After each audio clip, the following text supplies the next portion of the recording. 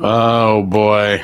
I'm a little bit of a depression. I was looking forward to an aggravation night off. However, was watching. Oh wait, we got the echo. We got the echo. Bear with me 1 second here. I don't know what's going on. 1 second. Tech issues. Tech issues early on. Where is this? Okay, we should be good.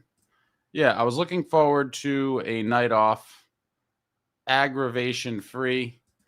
But I got fired up. I got fired up a couple hours ago watching Uncle Pucker. Shout out to them. I was watching them, and I was trying not to watch it. I was talking to Tim from there earlier, and I was like, I'm going to watch the show. I really didn't want to get aggravated, but just hearing everyone talk about everything, and it was all stirring everything up, and I got all fired up again, and I was like, damn it.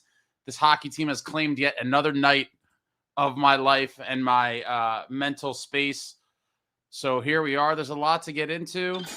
Welcome back here on Running with the Devils, where we are talking New Jersey Devils hockey all year long. Please hit that subscribe button, smash the like, share with a friend. Thank you very much. And as you are all very well aware, our beloved New Jersey Devils currently on a 3-game losing streak, all of the games taking place at the Rock, a place that was so good to us so early on in the season. Devils started off, I think it was 9-1-1 on home ice, have now lost 3 in a row. And pretty scary times, I will say. The first 3-game losing streak that concluded in Philadelphia a couple weeks ago, I thought that was a telltale sign that things need to be fixed and in a hurry, and maybe some of the tougher questions need to be asked and explored. And then the boys rattled off 3 in a row. A great response in the face of adversity following that 3-game losing streak, including, again, that last one was a completely disheartening, kind of just gutless, horrible performance in Philly.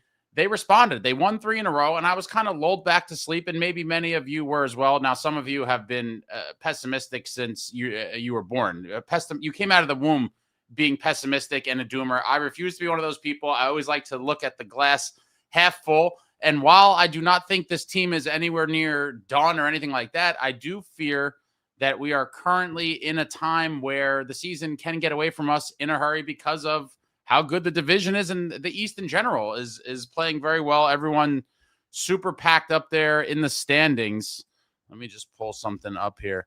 But I was kind of eased with the 3-game winning streak. I'm not going to lie. I was kind of lulled back to sleep, and I was like, okay, as I've said plenty of times, the peaks and valleys of a season, good and great teams go on 3-game losing streaks, like it happens. But what are you going to do,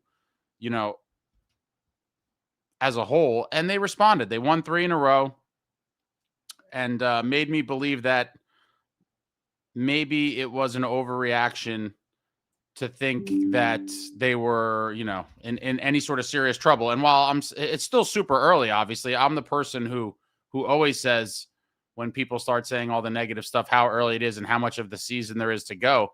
But without Jack Hughes for the next probably 6 or so weeks, and hopefully it's only that. Obviously, it could end up being more, right? And it could be less, but most of the time with these things, when a team gives a diagnosis and a time window for a player being out, typically it's either that time or longer. Now, there has been situations where it was less, but when they say 8 weeks, in my head, I'm like, all right, 8 to 10 weeks. He's going to be reevaluated at some point before that. Jack, obviously we're talking about here, but a 3-game winning streak now sandwiched by 3-game losing streaks. And I think it's now time once again to say, something's got to give, because to play without Jack Hughes, and obviously Pesce is playing a role in this as well. I can't understate the importance of Brett Pesce to this team and the defense, but Jack really is the biggest loss, in my opinion, and it's played out that way plenty of times before. And so many of us feel like we are watching the same movie over and over and over again. And here we are, this team desperately in need of some sort of help to get things going. 6 weeks is a long time to play mediocre or worse hockey, but we take a look at the standings, and my God, it was all good just a couple weeks ago. Our beloved New Jersey Devils were at one point first place in the entire league, and then they held on to first place in the East for a little bit. But things have changed. Things have changed. Jack goes down. I'll get to all the stats with and without Jack in a moment here. But 3-6 in our last 9. Not good enough. Not nearly good enough. And we look at the standings. The Devils are now out of the top 3 in the Metro. The Metro's led by the Caps, who had a slow start, and many people thought, oh, once again, just like last year, is this the season? The Capitals, blah, blah, blah. The Capitals, nothing. Ovechkin is a warrior, and he's just going to keep racking up those goals in his old age, and his team is continuing to fight on. Caps in first place in the division with 36 points, followed by the Canes with 34. The Philadelphia Flyers with 33 points. Huge 4 points they took from us. That's a huge swing right there. 4 points for them, none for us. An 8-point swing with these division games. And there are the Devils, and currently sitting in the first place in the wild card with 33 points, with the Pens right behind them with 31. And then you see Isles with 31, Red Wings 30, Rangers 30, Bruins 30. No one is out of this thing yet. And I'm not even counting out, the Sabres, I hate to be that way, but the Leafs can maybe wake up. I think the Jackets will always be one of those kind of fringe teams for the moment, looking to stay relevant late in the season. And the Panthers, I'm not counting out yet either. The heart of a champion, the back-to-back defending Stanley Cup champion Panthers, I'm certainly not counting them out yet. And it's going to be a dogfight, but there you see it. Wow, 33 points, first wild card. And the Devils have 2 games played, 2 games more than several other teams. The Canes have 2 games in hand on the Devils. The Flyers have 1. The Pens have 2. And so when the games even out, where is it going to put this team? And how much longer can they continue on the way they have been going? But right now, in that wild card spot, but that could quickly change in a moment's notice. Obviously, a big game coming up tomorrow night at home at The Rock. Hosting the Vegas Golden Knights will be another tough challenge. I'm very curious to see how the team handles the goaltending duties this weekend. Obviously, a Friday at home and then a Saturday on the road in Boston against the Bruins. Obviously, Marky's going to get one, and Allen is going to get one. I have no way to really predict how this, how they handle this. My guess is as good as yours. The goaltending situation in the modern day is often baffling, and we'll see. We'll see how it goes. But right now, it is a dogfight. Everybody's still alive. And how will this Devils team perform? How will they perform? Oh, by the way, I mentioned this last night, but I just got this. Obviously, you guys know I have a Devils merch problem, but this is that Mitchell and Ness. Love Mitchell and Ness. I love this hoodie. I didn't even take the tag off. I just got this in the mail the other day. Fanatics is having a monster sale. Monster sale. Some of the stuff is crazy, heavily discounted. Some is just like mediocre, but I'm going to put a link in the chat, and it's pinned in the chat as well. Click on that link. Check it out. Some of the stuff is being fire sold. Some crazy deals. Link. I just dropped it in the chat, and it's pinned at the top of the chat as well. Get your Devils gear for yourself, your loved ones. Despite the team struggling, I will always love and support this team and buy way more merch than I ever need. I might be spilling into a second closet of just New Jersey Devils apparel. And I'm sure there's a lot of you that are very similar. It's a condition, guys. What are you going to do? But yeah, use that link, get your gifts, buy yourself something nice. And hopefully this team gives us something to be happy about during the holidays. And now we go to, I will reshare the graphic that everyone that's making its rounds. I showed it last night, courtesy of MSG Networks. These are just the second periods, which is kind of strange that they picked this one period to use the stat. But it's second periods, NHL ranks with and without Jack Hughes. And you see the rush chances, ozone entries, slot chances, goals for. And to sum up the graphic here, with Jack Hughes, they're amazing in everything. And without Jack Hughes, they suck at everything. And that's it. That's the interpretation of the chart. Second in rush chances with, 30th without. Ozone entries, second with, 32nd without. Slot chances, third with, 27th without. Goals for, fifth with, 29th without. Absolutely painful stuff. Again, I don't know why they picked just the second period. I think for whatever reason, I guess it was probably the most glaring. So they just decided to go with that. But then I was like, let me do a little digging with some of my own stats here. Let me just run the numbers I want to see for this season only. and we went into the running with the Devils lab here. And I'm going to call this the Jack effect. 25-26, the Jack effect. And we see here, record with Jack, 12-4-1. Absolutely a beautiful 735 points percentage hockey. I mean, if you could sustain anywhere near that level of play over the course of a season, that may be, I mean, let me just see. 82 is 164. Obviously, that'll never happen. But 735 over the course of a season would be 120 points. I mean, wow. A new franchise record. But we all knew that wasn't going to happen, but we didn't want to see the fall off. And the fall off now without Jack, the team is 4-6, which is 400 points percentage hockey, a massive drop off from the 735. They were shut out twice in those 10 games. And so obviously a very stark difference there that a toddler can understand. 735 versus 400. I mean, painful, painful stuff. Goals for a game with Jack Hughes. Goals for a game is 3.41 goals a game with Jack Hughes. Goals for a game without Jack Hughes, 2.5. Down nearly an entire goal for per game. That's, you're talking about the difference between 3.41 and 2.5. Massive, massive, massive difference. And then we go to goals against. Goals against per game with Jack Hughes is 2.94. And the goals against without Jack is 3.2. So here you have it. I mean, not rocket science once again, and this is to no one's surprise, but I just wanted to see it in numbers. Devils score more with Jack, and they give up less goals with Jack. Sometimes your best defense is a good offense, and obviously when Jack is out there dancing around, putting pressure on the other teams, I mean, there's other variables, obviously, that go into this other than just Jack Hughes, obviously, but that's with anything. There's tons of variables. But scoring more with Jack, giving up less goals with Jack. And as a result, when you look at the goal differential now, the goal differential with Jack in the lineup is plus 0.47, almost a half a goal more than the opposition on average per game. And you go to the goal differential without Jack is minus 0.7. I mean, a glaring statistic here. Painful stuff. The reality in numbers, and here it is. Obviously, Jack Hughes is a massive part of this team, and we all knew it, but I just wanted to see some certain numbers kind of spelled out, and here they are. I mean, wow. Again, almost scoring a full goal more per game with him and giving up a good chunk less with him than without him as well, and the differentials are very telling.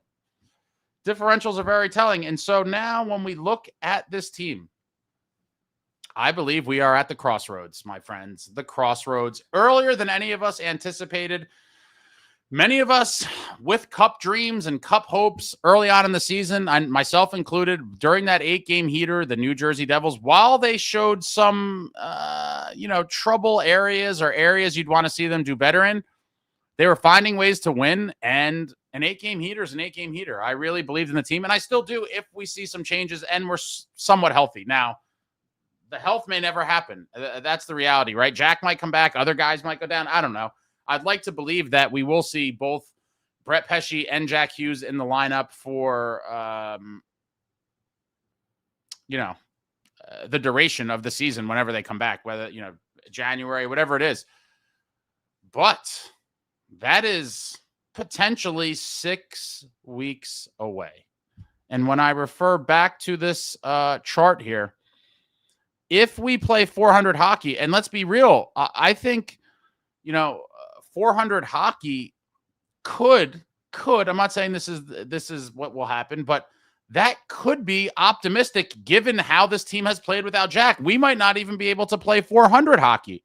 I think a lot of people would have signed up for 500 hockey without Jack. That may have let the team kind of tread water until we got healthier, got Pesce and Jack back, and then could kind of hit our stride as we head into February and March and obviously the playoffs.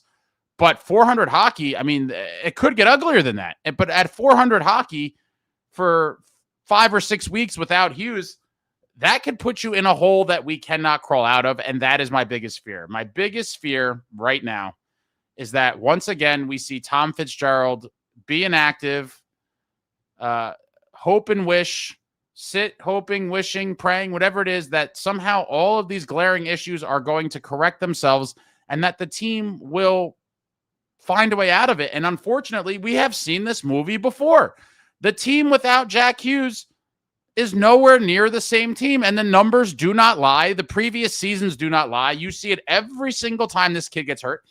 Side tangent, the thing that drives me the craziest about this is that this newest Jack injury is not even sustained while playing hockey. I mean, how bad is the luck of the New Jersey Devils that this kid, Jack Hughes, who is so phenomenal when he's on his game and is such a huge part of our team, we kind of live or die with him, unfortunately. And you don't want that to be the case with any sports team. But the reality is this team does live and die with this kid. He's having a great start to the season and he gets hurt again, but it's not even playing hockey. I mean, how does this happen? Of all the people to cut, I don't want to wish injury on anybody, but someone else couldn't cut their finger off at the rookie dinner. Anybody would have been a better option for this club than the one guy who our team just nosedives without. It's super unfortunate. An off-ice injury, I mean, who would have seen this coming? Certainly not I, but it is what it is. A lot of people thought Jack would get hurt again because they're negative. I was really hoping we were going to see 82 games or somewhat close to it from this guy. Phenomenal kid. Love Jack Hughes, and the numbers don't lie. This team lives and dies with Jack Hughes. And so now, staring down the barrel of another 6 weeks or so without him, with the division being as tight as it is, the time for Tom Fitzgerald to act is right now. He cannot afford to sit by idly with his hands in his pockets once again and hope that just miraculously everything's going to fix itself, because nothing is getting fixed on its own. And Jack Hughes coming back is going to be a huge help, obviously, and get this team back on track. But we got a long ways to go before then. And if they're playing any, 400 hockey or whatever it is, they may be in such a hole we cannot climb out of it. The division is no joke. Every game in the Eastern Conference is tight. And you could see a scenario where they go on another couple skids and they're in a hole they can't climb out of. And at that point, my biggest fear, and again, we've already kind of seen this, is that similar to 23-24, Fitz might pull the old, better luck next year. We're not going to waste assets and do whatever else to improve this team because this season's over. Punt formation, punt on another season, try again next year, and that absolutely cannot happen. We have already wasted precious years of this core. The 22-23 season, guys, a lot of people kept saying, this team overachieved and this and that. And to some extent, maybe they did. And it was kind of their breakout year for a lot of guys and the team as a whole. They caught teams by surprise. Teams kind of adapted and figured out ways to muck it up against them a little bit, clog the middle, shut down the transition speed game. But in the end, that team was very good. And the biggest pieces are still here and were here since then. And so to set the franchise record, that 22-23 season, to beat the Rangers in that beautiful 7-game playoff series, to then follow it up with missing the playoffs, you guys already know, I thought he should have been canned after that. I mean, let's be real. Every single opposing team's broadcast or national broadcasts for months we're talking about, wow, like this Devils team has some potential, but when are they going to get some goaltending? We were bleeding because of goaltending. League worst goaltending, I think, for most of the season. And then maybe it eventually rebounded to set, not be dead last and be a few spots from dead last. But the reality was the entire world knew the problem. Fitz did nothing. He gets Kakkinen on Allen on deadline day. A precious season of this core down the drain. And for me, that was an unforgivable sin in which I believe he should have been terminated for 100%. Now, some people will disagree with that, and that's fine. I know a lot of people will agree, but that to me is an egregious crime, to do nothing while everyone knows what's going on. And I'm sorry, I am not going to buy or prescribe to the excuse of nobody was trading goalies. That's complete nonsense. Don't pee on my head and tell me it's raining. Complete nonsense. Any remotely NHL caliber goaltender that could have been gotten would have significantly improved the team and improved their chances to get to the playoffs. And while I will be real here, and while I do not think that 23-24 team with this random goalie brought in from the outside was going to go win a cup, I certainly believe they could have made the playoffs. And guess what?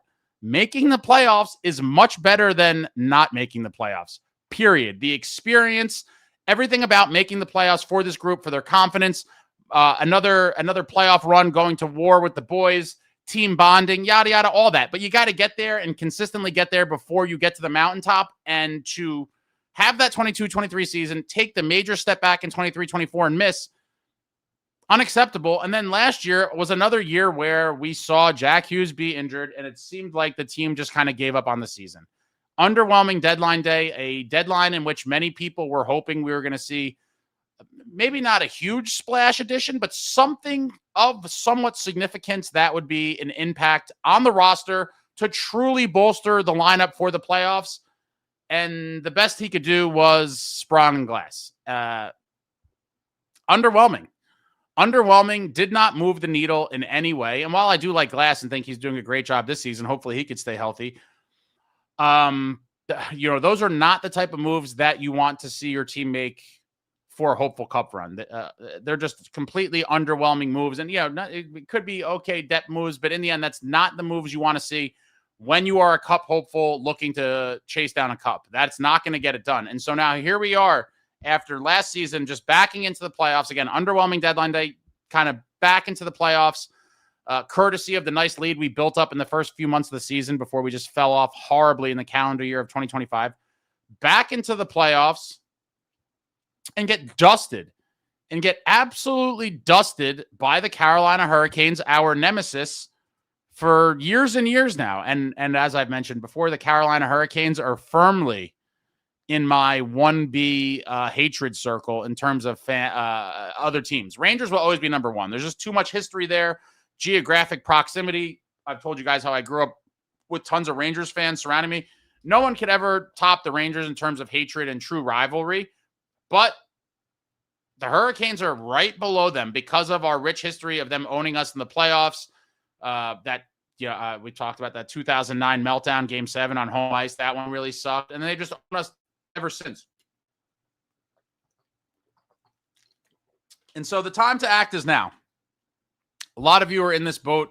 A lot of people have been talking about it in the past couple of days. It is a movie we already know the ending to. We know the ending. If nothing happens, nothing is done, this team is going to continue to flounder. They might reel us back in here and there with a 3 or 4 game winning streak. But in the end, they have shown who they are without Jack Hughes this season and in past seasons, is that they are consistently inconsistent. They are not a true cup contender without him, unfortunately. And the record will reflect that. And so with the division being as tight as it is, something's got to happen. The bleeding must get stopped, and it's not going to happen with the guys we have in the organization right now, unfortunately. Our depth has kind of evaporated. We went into the season with some nice depth on D.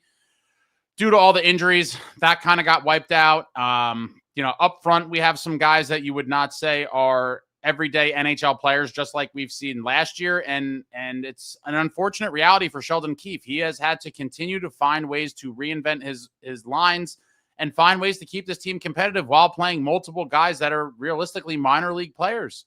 And it's not ideal, and I'm sure he's getting frustrated with it as well. And again, the injury curse does have a lot to do with it. It's not to excuse it, because injuries happen to everybody. But when you have a guy like we do in Jack Hughes that seemingly is the entire team, and it's unfortunate. When you look at this roster and you see Brodeur, Nico, Timo, Dougie, Luke, you see all these guys, Connor Brown. Now, there's no excuse for the play to just fall off so significantly, but here we are again talking about it. And so now the secret is out. It's not a secret. Everyone knows the reality.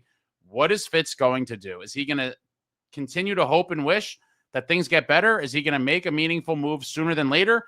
Is his plan to sit back and wait and get closer to the deadline? Because I'll tell you right now, if nothing is done in the somewhat short-term future and this team falls into a hole without Jack Hughes, the chatter for him to be fired will be deafening, because I will say it's already approaching. I'm going to get to the comments in a minute, guys. I see you guys. Is approaching deafening, I would say, as of today. And now a lot of it is excessive dooming, I'll say. And again, I always try to be fair with everything. And I've defended Fitz about tons of stuff. Tons and tons of stuff. But when, something stinks, I'm going to call it for what it is. Some of the defenses, people are now bringing up Toffoli again. Like, listen, I get it. People are mad about Toffoli. That's one that I will always defend Fitz about. Because at the time, now, looking back on it now, hindsight's a beautiful thing to have, right? With hindsight, Toffoli had $6 million on this team right now. The crimes I would commit to have Tyler Toffoli on this roster right now at $6 million, unspeakable crimes I would commit. And many of you would help me in these crimes, but that's not the reality. No one really knew the cap stuff at the time. He wanted a lot of money. He did not fit the Devils' kind of plans in terms of, I guess, where they wanted to invest. And we couldn't fizzle out and miss the playoffs and then lose him for nothing. And so Fitz was kind of forced into dealing him. And unfortunately, at the time, all we got was, what was it, a second and a third or something, which sucked. I thought for sure we were going to get a first rounder for him. And obviously, you guys know I don't care about about drafting with first round picks, but I certainly like to accumulate them when you can to deal them for win now pieces when you're in the position the Devils are in. But that's what I'll defend him about forever. I know people are bringing that up, and it's the unfortunate reality when things are going awry. It does seem like it is a big Fitz pile on these days. A lot of it, I think, is completely warranted, and I think some of it is not. But, people are going to start pulling everything out of the file. That's a Foley thing. Some people will even complain about when we traded for Toffoli. I was all on board with that one as well. That was a win-now move. Sharon Govich, showed some promise. But, I was all about the move when we got Toffoli, and I certainly understood. While I wasn't happy about it, I was a big Toffoli guy. I loved Toffoli. But at the time, it made sense for the Devils to move on and trade him and recoup whatever assets they could. And unfortunately, it was underwhelming, and it was a second and third round pick. But here we are. All right, let's get to some of these comments here. I've been ranting. Bobby, what's going on? Thank you for the super, sir. What's up, Big Sexy? Devils are in trouble. Everyone in Metro keeps winning, and we are 3-6-1 last 10. With our goalie struggles, I say we bring up Daws. So the Daws thing, super complicated, but I do like Daws. I fully was this summer. Everyone thought Allen was leaving. Obviously, there's tons of teams that were going to try to throw money at him, and supposedly teams are offering a couple of years. They're going to offer him a couple of years, $4 or $5 million a year. I thought he was as good as gone, and mentally, I was already accepting a Marky Daws tandem. I was perfectly fine with that. I thought that would have been a serviceable tandem. I do like Daws. He played a great game for us against the Wild this year, only gave up 1 goal. And then in a small sample size last year, his numbers were very good as well. Daws, to me, is one of the great mysteries currently because he's only signed through the end of the year. He cleared waivers once earlier in the year. Now, I don't think he would again.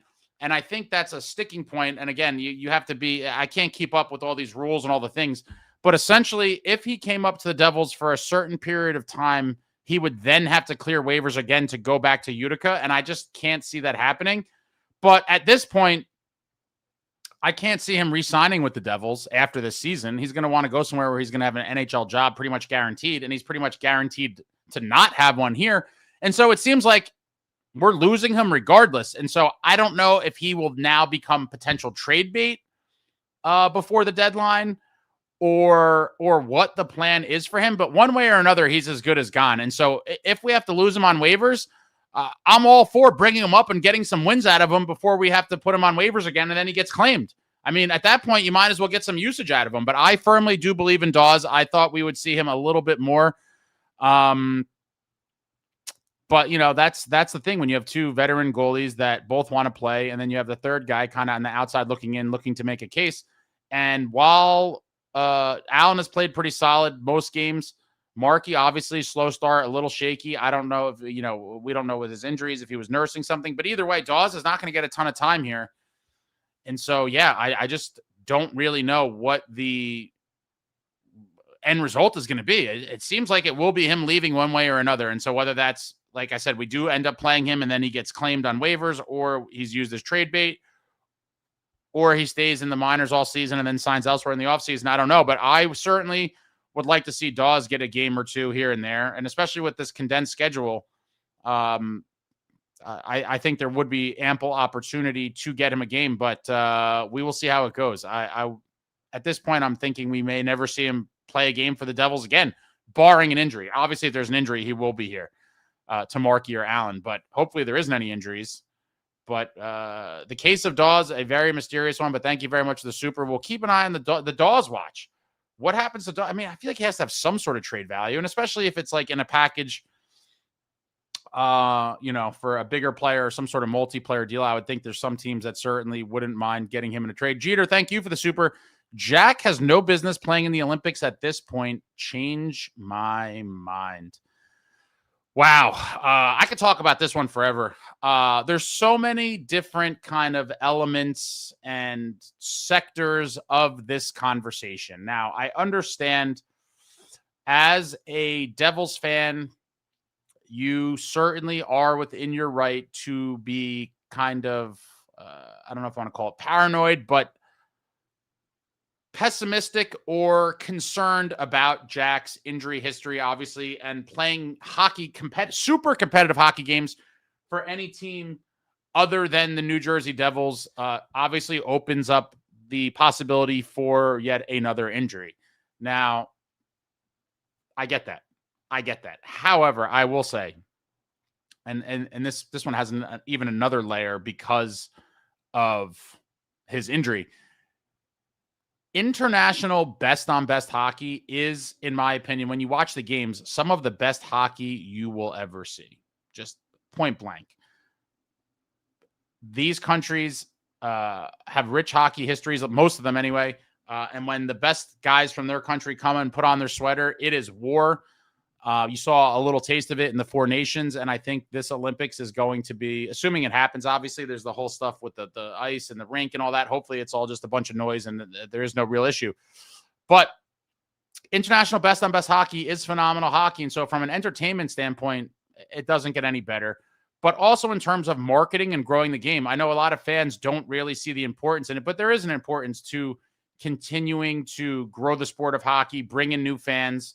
And obviously the business of hockey, the better that performs in terms of TV deals and all that stuff, just further helps the sport in general. I mean, clearly the number 4 sport in the States in terms of pretty much probably everything. You want to grow the sport and keep it going in a positive direction. And so Olympic hockey is the best commercial for NHL hockey.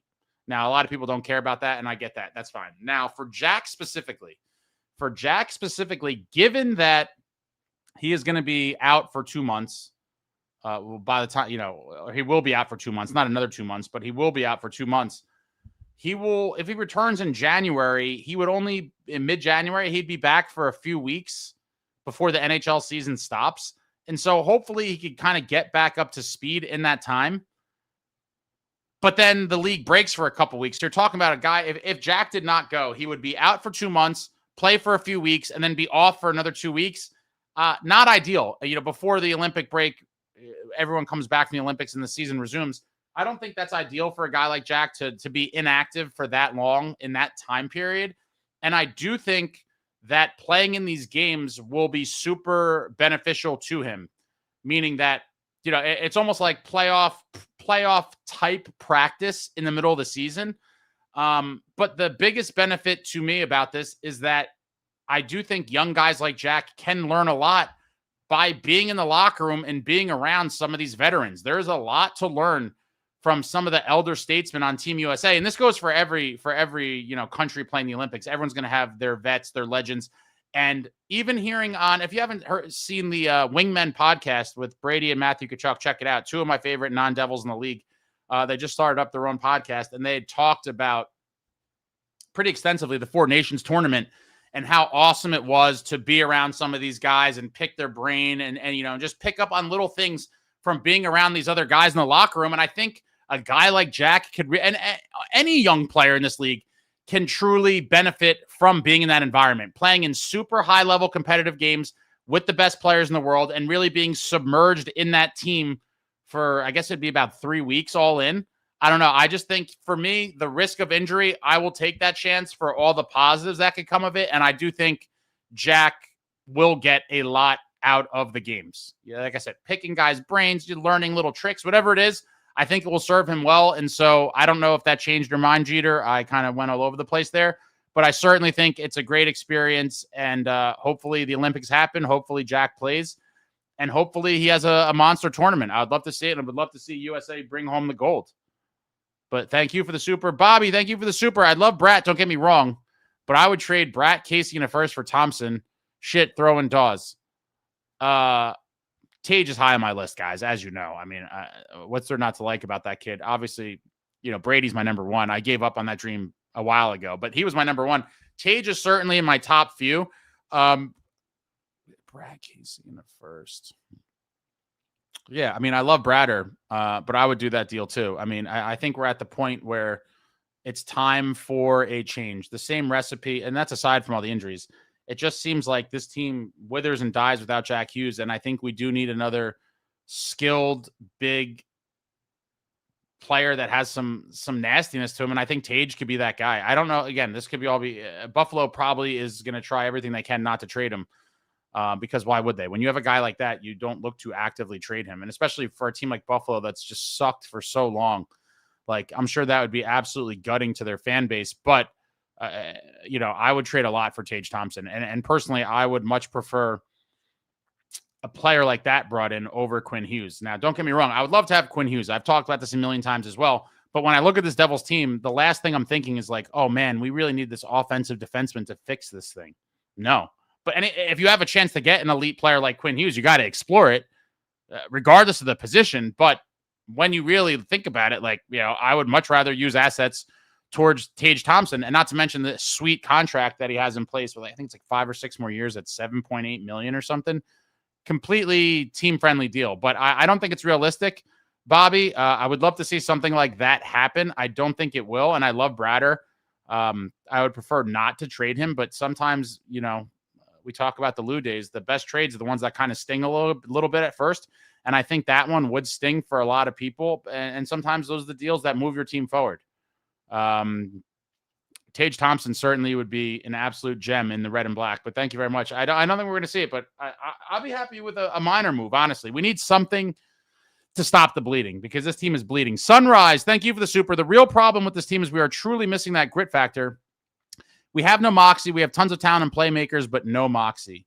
Thank you for the super, Sunrise. I will say, overall, they're missing tons of grit, and that's why you guys know me. I'm an old school fan, and when Fitz dropped the gem a couple summers ago that we need to get heavier, edgier, more violent, I lost my mind because it's what I've been saying forever amongst my Devils fan friends. And since the inception of this channel, you need it to win. I mean, hockey is a very physical game. Despite people wanting to say that it doesn't matter, it certainly does matter. Watch the games. Watch the games. The playoffs every single year turn into absolute war. And there's no... It's not a fluke that the Panthers are back-to-back champs. Yes, they have tons of skill, but for the people that are like, oh, they won because they have the best skill players. No, they have skill players, but they also have guys that are skilled and just ferocious. We lack that bite for sure. I do think overall the team does not have much moxie. They have a little bit, but it's nowhere near enough. And so when Fitz said heavier, edgier, more violent, I lost my mind. I was excited. And then he went out and got Kovacevic, Nason, Cotter, Dilly. And while that was a step in the right direction, with all those guys, we are still nowhere near nasty enough. And it does matter. I would love to see a guy or two brought in with some of that snarl because you need it to win in this league. And I agree. And we saw it the other night in that Columbus game, the worst loss of the season, in my opinion, blowing a 2-0 lead early on in the game. All hell broke loose. And we got our asses kicked in every one of those exchanges. I mean, it's a terrible thing to see. You're not going to win every fight, but you need to have some guys that are willing to thrive in that environment. And we have guys that'll step, and credit to the boys. They did step up and answer the bell, but it was kind of disheartening in how we kind of lost all the fights. But we need more guys that have that impact. Skilled grit. I would love to see more of it brought in. We will see. I think a lot of teams would probably like to add that that ingredient to their team. But that game the other night, it did seem like the momentum fully swung after the Dillon fight, which I do think was a cheap shot, a kind of sucker shot, despite all the Columbus fans crying about it and whatever else. They really did take the momentum away from the Devils at that point. And as the game progressed and it got chippier with more skirmishes and more fights, the game got away from us. It really did. That would have been an amazing kind of group rallying win, but we came up short, and it ended up going from what could have been a kind of signature beautiful win to a just shameful, horrific loss. But I totally agree. Not enough moxie. We definitely need more. Thank you for the super. All right, let me get to some more comments here. Appreciate you all coming out kind of short notice. on a non-game night. But like I said, check out Uncle Puckers. They got me all fired up. I was watching it, and then I was like, damn it. I was going to just, watch a movie or something and not get my blood pressure up. But here I am. Here we are talking about this New Jersey Devils team.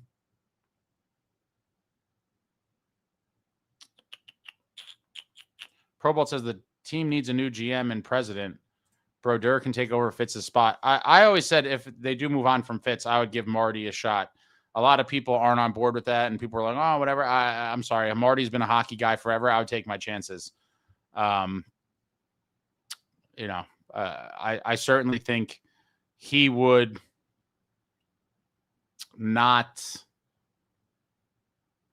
make moves for fear of whatever. It just seems like Fitz kind of gets stuck in neutral. I don't know what it is, but I do think Marty would try to craft a team that was somewhat reminiscent of all the cup teams that he was on and that he saw win cups during his playing days.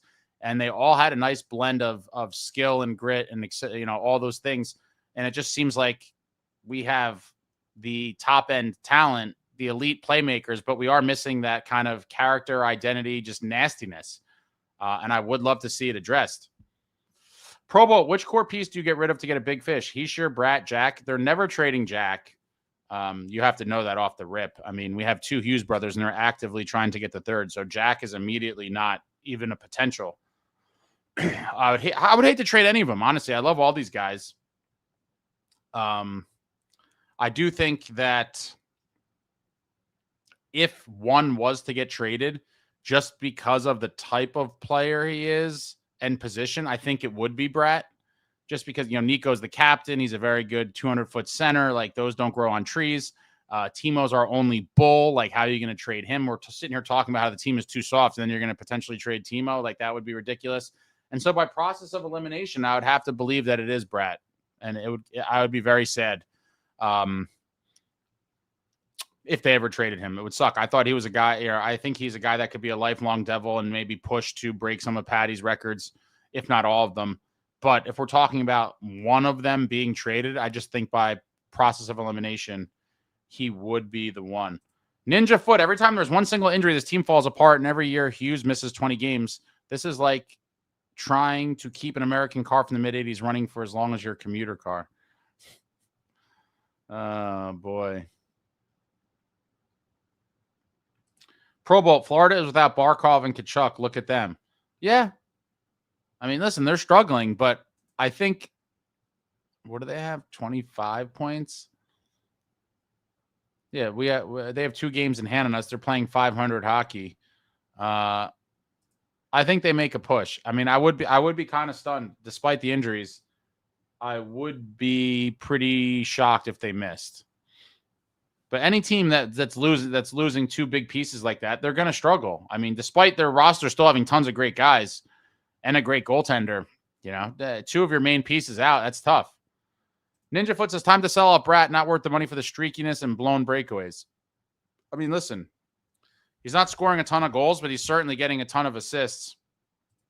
And Brodeur stands right now 26 points, one more than almost a point a game, one more than Nico has 25. Man.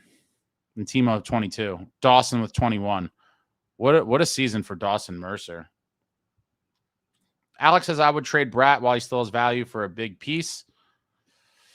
Depending on what it is. I would never want to trade anyone for the sake of trading them. But if I do believe, and I've said before, I don't think anyone's untradeable. If there's a deal to be had that improves the team, then it must be explored. And so I wouldn't want to trade anyone, or especially Bratt, for the sake of trading him. But if there's a potential deal to bring in a piece that I think helps us more, then maybe it's something you explore.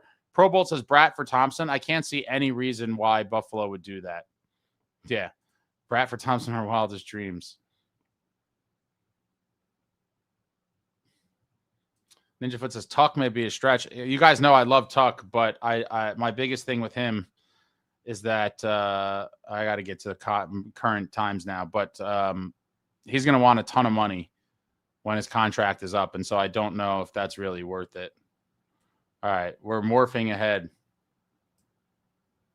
Ace, by the way, the chart you showed yesterday with the SC with the ozone meant scoring chances. I'm like, what the hell? Thank you for that. Yeah, you're talking about this chart. So ozone entries with scoring chances. Okay.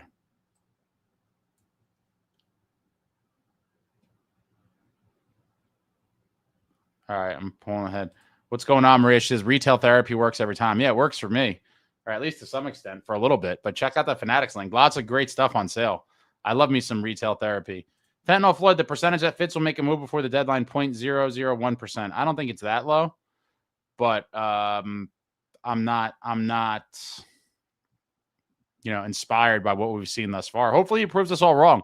Stick Figs, look at that. Despite our dominant start, we're only 1 or 2 more losses away from dropping anywhere from 1 to 5 positions out of a wild card. Yeah, it's crazy.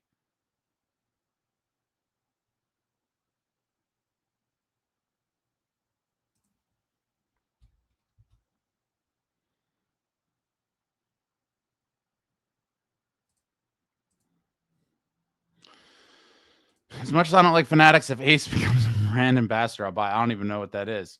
Fanatics link you clicked on is malformed. It's working. I just tested it. Check it again. I just dropped it in the chat again. I just checked it. It works.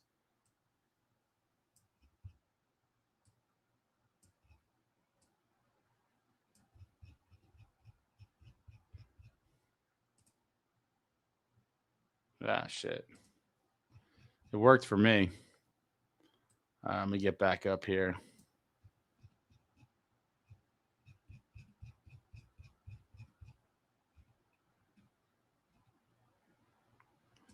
Happy holidays to you, Devil Heaven.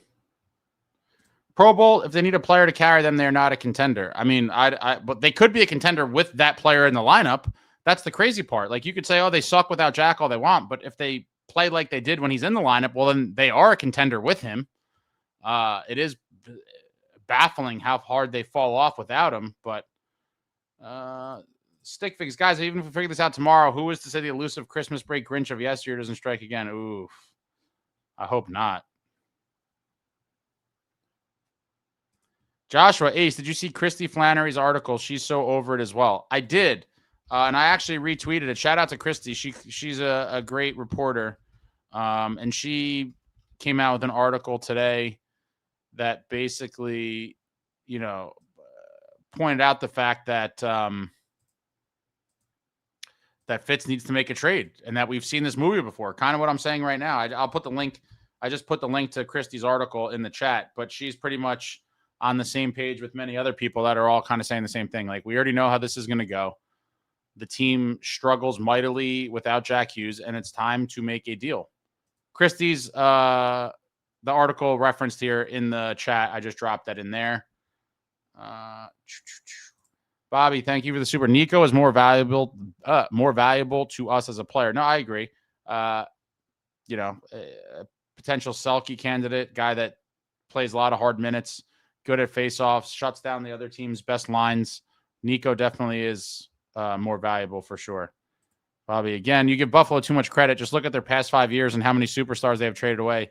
Thompson isn't safe. Yeah, but at some point, right, after everyone says things like you're saying now, do they become more hesitant to trade guys where they're like, damn, we keep getting burned on this. And maybe this is a guy we keep. Not to mention the fans are probably furious because of all these guys that have kind of went through the organization. Do they make that mistake again and then watch a guy like Tage Thompson go on to thrive on another team? I don't know. Listen, I think it's worth exploring. If you drop in a call and just kick the tires a little bit and be like, I know this guy's not on the market, but maybe offer a package, and maybe not just him, other guys in general, start offering packages that make teams really think that they're like, you know what? How can I turn that down? I do think that potential's out there for some guys, but supposedly the report came out that Nashville wants a first and a prospect for Ryan O'Reilly. At this point, it's expensive, but if we're talking about future pieces, I will overpay for the right guy if you're talking about like draft picks and prospects. And so, for O'Reilly, a first and Casey, it seems expensive. I would probably do it at this point. The time to win is now. It is not time to clutch on to future pieces and continually talk about how bright the future is. It's time to turn some of those futures into win now pieces and make some moves. And if O'Reilly is the only move in the chamber, I'd be pretty happy with that. You know, being able to throw him out there at 3C, push Glass to 4C, that should, when healthy, make his team a much better team. You'd like to believe it does. It's going to make this team more ready to make a run at a cup than Seamus Casey in a first-round pick will.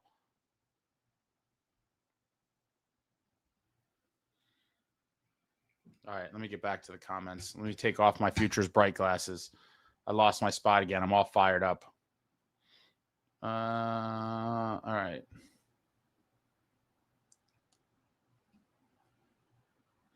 Can Tate McRae play hockey? You guys are nuts. The time to act is now, says Ryan, before the season's lost. I completely agree.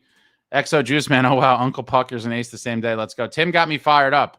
I was trying to take a night off and just relax, but here we are. Here we are.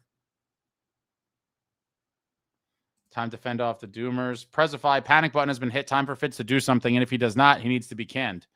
I agree, but I don't know if that's the reality.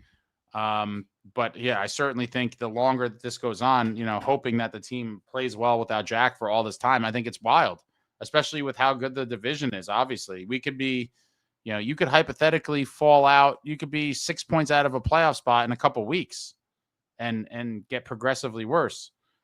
My buddy Goody, I'm tired of ownership as well. Evers, Plot's play has been good recently, hasn't it? Only first period in each game. What happened to him?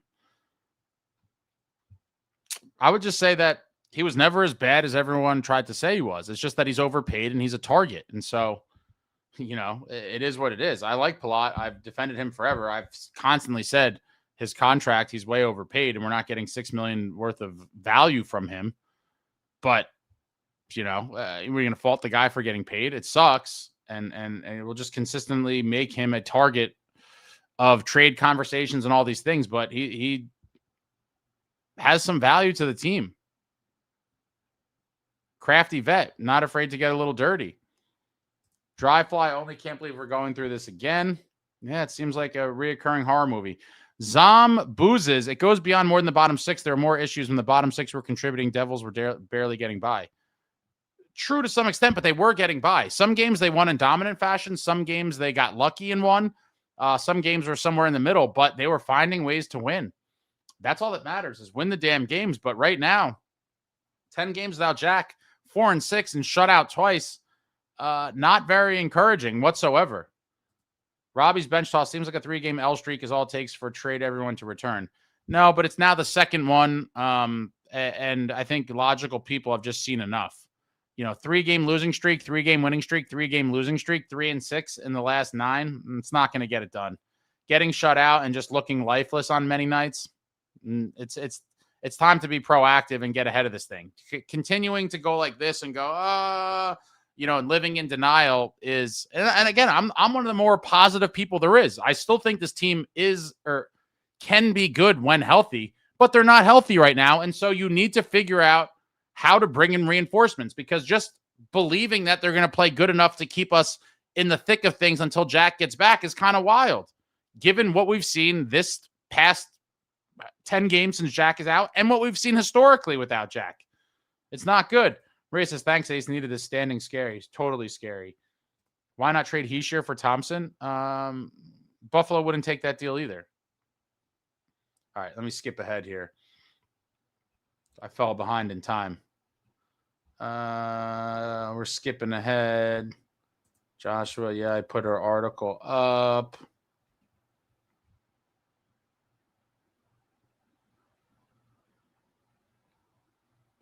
Arnott says, no team wins championships on the back of one player. Gretzky didn't, Lemieux didn't, Crosby didn't.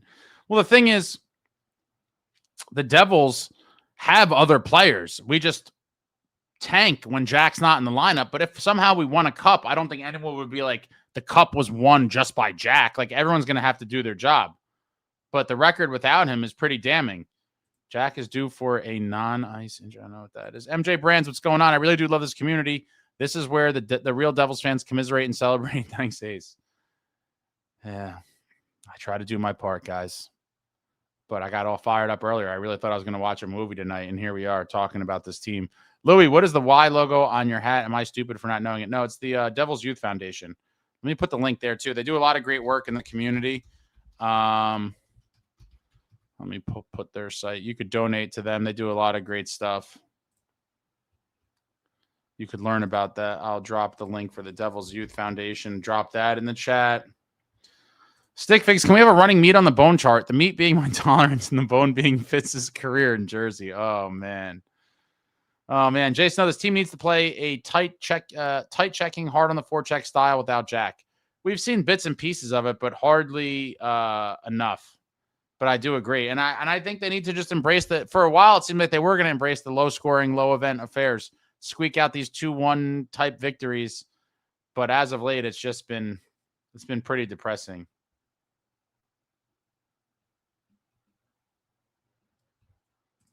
Mark, Fitz needs to find his inner Lou, bite the bullet, and make some difficult trades. I think that will be hard, though, with all the no-move clauses he gave out. I think there's a path. I think there's definitely a path, but it's gonna take some guts, and we haven't seen it in the past few years. Hopefully, this is the year where we're all proven wrong.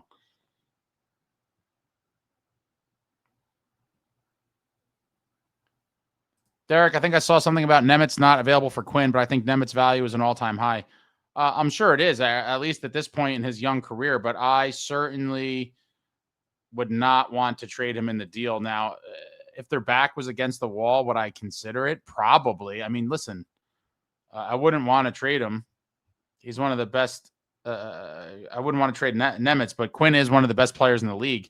Depending on what it is, I think you have to consider it, but I certainly would try my damnedest to figure out a way to give them other pieces other than Nemo. But obviously, if there was a potential deal, that's a guy they're going to be trying to get, because why wouldn't you? Very promising young defenseman. He's having a monster breakout season.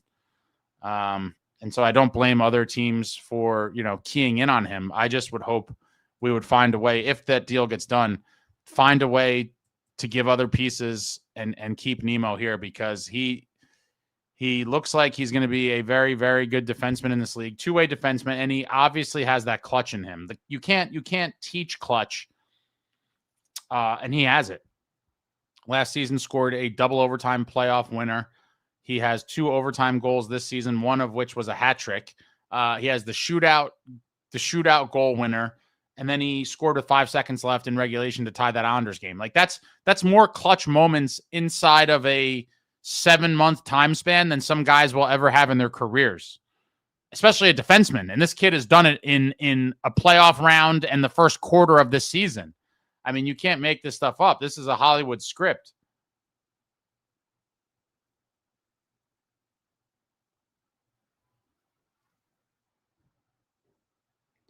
Maria says, got pulled over my game day gear yesterday, and the cop asked if I was a Rangers fan. Oh, boy. Did you at least get out of the ticket, Maria? Were you speeding? All right, let's go. Jason says December could bury us. Hopefully not.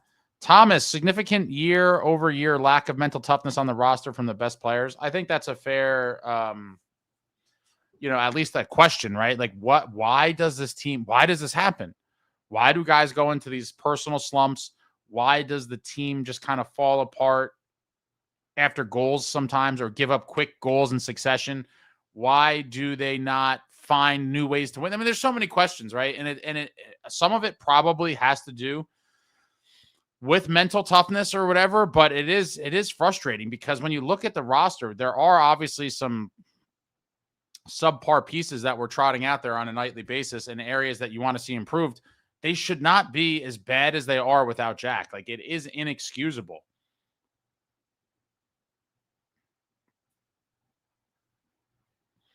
Pro Bolt says Fitz will get fired. Mark my words. I'm not sure about that.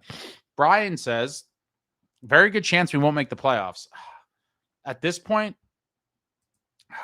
I still think they will and hope they will. But the conference is so tight that a couple bad days, oh boy. All right, guys. So I had to go to something here. I got a new graphic in the chamber. Bear with me one moment.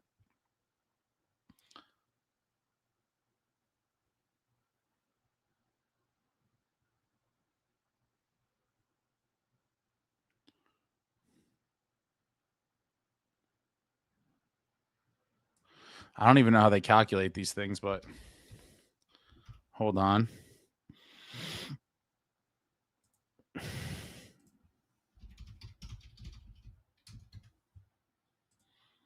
So a couple weeks ago, someone was saying, "Oh, we're not going to make the playoffs," and at that time, I thought it was ridiculous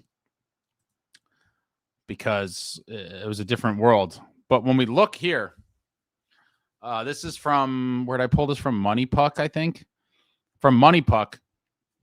Look at the Avs to make the playoffs, 99.91%. And then they have them winning the cup. The last column is winning the cup. The logo they embed there is covers it up. The last column there is win the cup. Colorado at 99.1. But you look at the Devils. A couple weeks ago, I think it was like 80% to make the playoffs. We are now hovering at nearly a coin flip, guys. I'm gonna go vomit.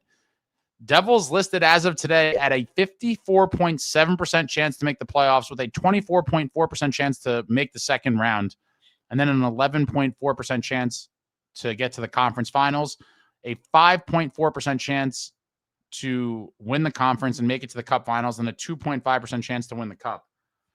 It is interesting, though, because like there's some teams below us, right? Like somehow the Island, I guess they figure out with matchups and things or projected matchups, because we have a 5% better chance to make the playoffs than the Islanders, yet they have somehow a slightly better chance of winning the cup. I don't know. It's a little wonky. And the same thing with the Rangers. The Rangers are listed at 47.9%, and then their cup chance is 3.2. So I don't really know. But what started off as, Devils were at 80% to make the playoffs. Bear with me. I'm running to the bathroom real quick. But back in 1 second. But look at this chart. This is very interesting stuff. Back 1 second.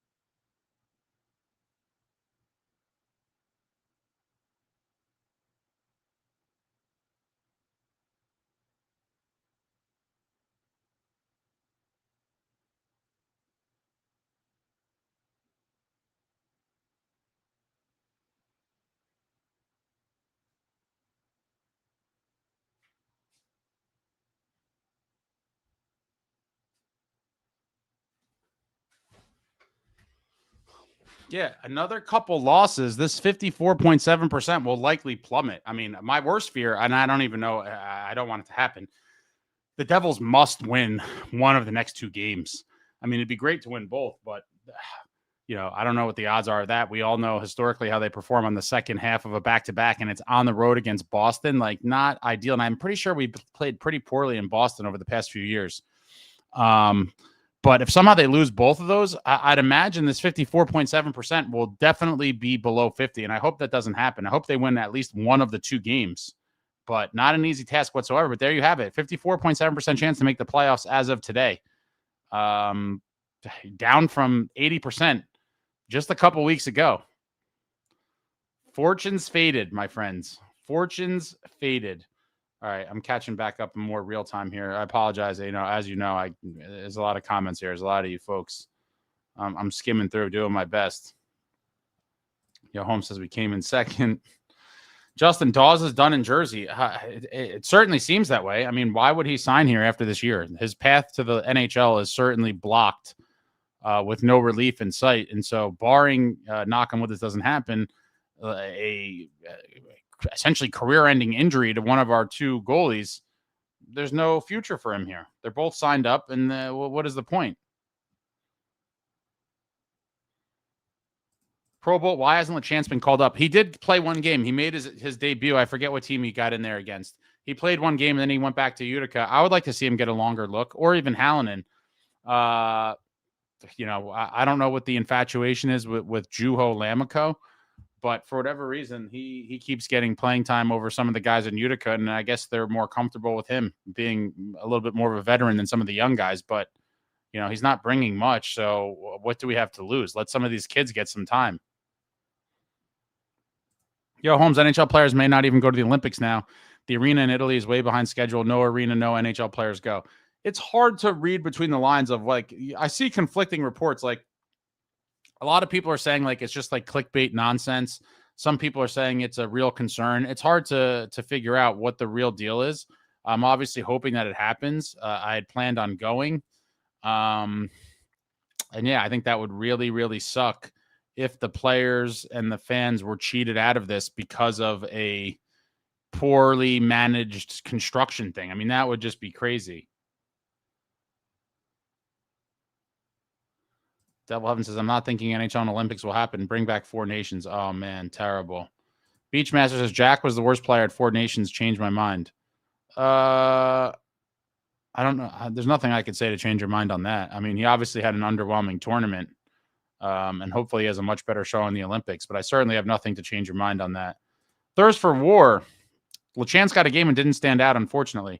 Yeah, but I mean, how much do you, how much can you expect a fourth liner to stand out in a single game? Like, it was his NHL debut. Yeah, obviously, you want to see something that gives you hope that this guy's going to be an everyday player soon. But one game I feel like is not enough. Give him a few. As long as he's not a liability out there. David Chimes, legit concerns goaltending, defensive play. Looked better their last game. Tendency for morale collapse past 2 seasons. Dougie's play, depth scoring. I mean, that's pretty much everything, David. There's not much left that wouldn't be a concern. I'm not too concerned about the goaltending because of Jake Allen. Obviously, I'm a little concerned about Marky, but I'm hoping he settles in and gets it together. Definitely a rocky start for him, and he had the injuries and all that, so I'm hoping that he gets it together, but I'm certainly concerned. But Jake Allen has been pretty solid on most nights. He had a couple stinkers, but that was largely in part, in my opinion, with the team kind of bailing on him as well. And so when a team plays completely horribly, it's going to be hard to win some games. But what was the game? The Buffalo game. The deserve to win meter had us like super. It was like 20% or something, and he had a shutout. So Allen is a bright spot, I think, on this team. And without him right now, I don't know. We would be hoping and wishing that Daws is a phenom, because if it was just Marky and Daws right now, we could be in a world of trouble. We'll never know. But without that Allen extension, it could be ugly right now.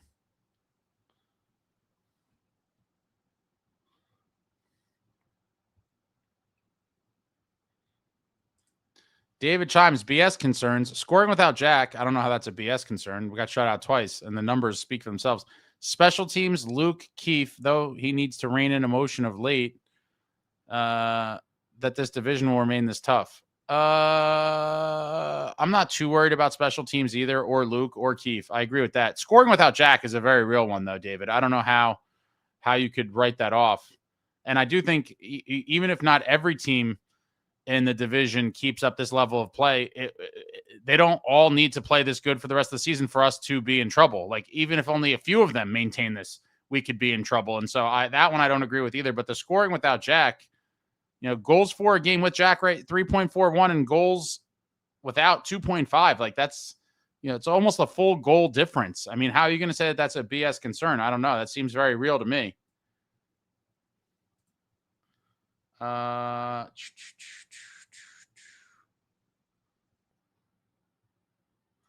Brian says, re-sign Daws in the offseason and trade Marky. I'm pretty sure Marky has no trade or no move or both. Jay Snow, bring up Legari. He plays with some jam. I like him too. I always forget him. I would put him in that bucket with Hownen and LeChance. Yeah, bring up a young, hungry guy who's going to bring a little physicality and some grit. Trade everyone for Damian Brunner. Oh, boy. Jay Snow says, this locker room needs a shakeup and we need a different style of player. It very well may be close to that point. I don't know if it's 100% there yet, but we're probably getting close. Jonathan Decker, to Jeter's point, it actually does suck for Devils ticket holders to risk Jack Hughes at Olympics, but got to put country first. We saw the bloodbath at Four Nations. It would be special if we win gold. Yeah, what would winning gold? And that's the other thing. Back to when someone said the thing about that Jack shouldn't play. What would winning a gold medal and contributing on Team USA, what would that do for Jack's overall game and his confidence and all of that? You can't measure this type of stuff. Jack Hughes would come back from Italy with a gold medal feeling like Superman. And something like that, when the opportunity is there, I mean, that would be just a phenomenal experience for him. And I think it would, serve him well as a Devil well beyond the Olympics. John NJ Devils 45. What's up, Ace? Still can't believe we were in this position. Blows my mind one guy can affect a team like this. Yeah. Superstar down, team playing uninspired hockey right now. Frank, our defense is not that great either. How good would Marty be had he not had the great defense he had in front of him? Marty slander will not go unchecked on this channel. Obviously, the defense helped, but Marty would have been great no matter where he played. He was a great goaltender, the best to ever do it. But obviously, your defense is a big part of it. And any great goaltender, for the most part, played at least portions of their careers behind decent defenses. That's just kind of how it works. They go hand in hand.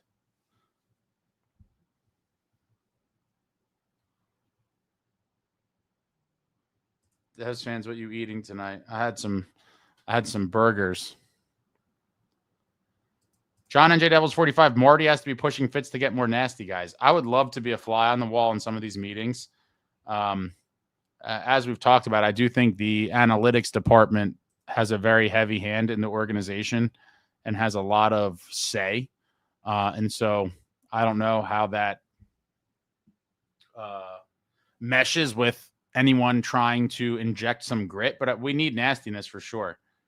We definitely need nastiness. Jace, no, there really are some delusional people who think you don't need physicality in this league to win. It's wild, right? It's truly wild. All right, I fell super far behind again. Let me keep going here.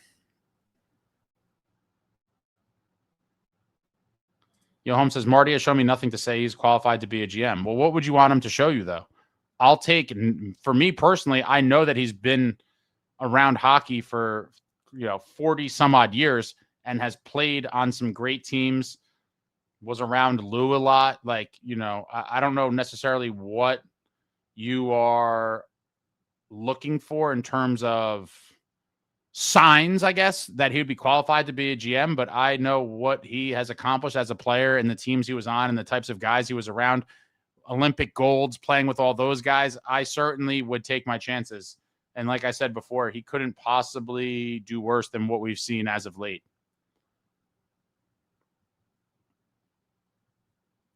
Sunrise, I would give anything for a Holik, Madden, McKay, or Lemieux right now. Oof.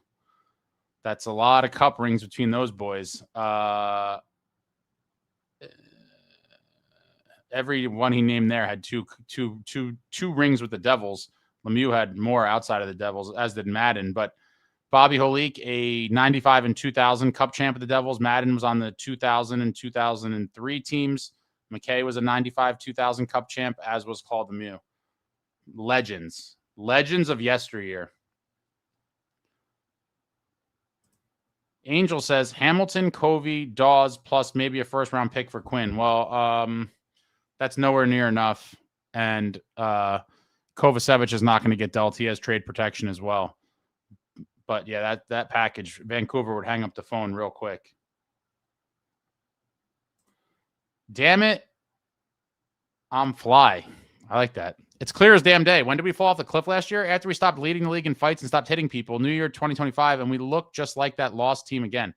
I've talked about this too, and I think other people have kind of picked up on it or whatever. But when the team is physically engaged in war, they seemed to play much better. That is just a fact. And then I forget what the stat was, but they had an overwhelmingly positive record when they had a fight in the game. Now, people could chalk that up to coincidence all they want, but I refuse to believe that that's the case.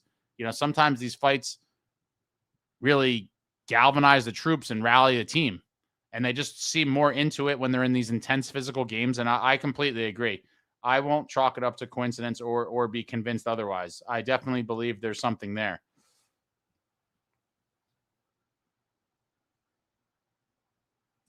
Running with the Woodson, I remember being called an idiot for mentioning that it was a 50-50 chance we'd miss the playoffs. Yeah, at the time, it was ridiculous. That 2 weeks changes a lot. I believe that was about 2 weeks ago, and literally the percentage was 80%. So I stand by calling you an idiot at that time.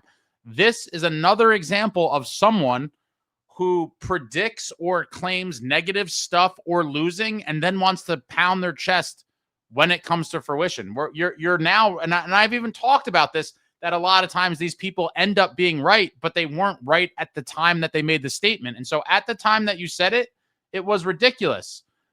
But now that we've lost 6 of 9 games, you could be right. It's unfortunate. And I know that you enjoy being right, or you will enjoy being right. I would much rather see this team be good than be right. But, you know, what could I do? I'm not running from it. These are whole receipts. I just said that I said it. I would never say that I didn't.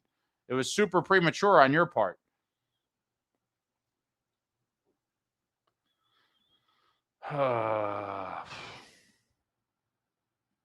Mark, would trading Nico be a shrewd move, though? He has a couple years left on his contract and very likely will walk if things don't change. I've talked about this before, and people told me I was crazy. You know, who really knows? His contract is up after next season, so I believe he's eligible to be extended at some point this summer, I think. Who knows where his head's at? I'm sure, you know, we know he wants to win. He's a competitor. And I've said from a couple months ago, I'm not counting that as an automatic, like that he wants to sign here. I mean, if nothing changes, why would he re-sign here? To consistently be on a team that's just kind of mediocre? I don't know. We will find out. But, you know, if there's any sort of inclination that he's not going to re-sign and he wants to test free agency, then maybe you do consider trading him. And then I would say in a world where they are looking to move Nico Hischier, that is just yet another kind of black mark on the Fitz resume, because his inactivity would have kind of set the ball in motion for that. And I hope it doesn't happen. I hope we get some pieces, and I hope this team is good. But I could totally see Nico being like, I'm not so sure.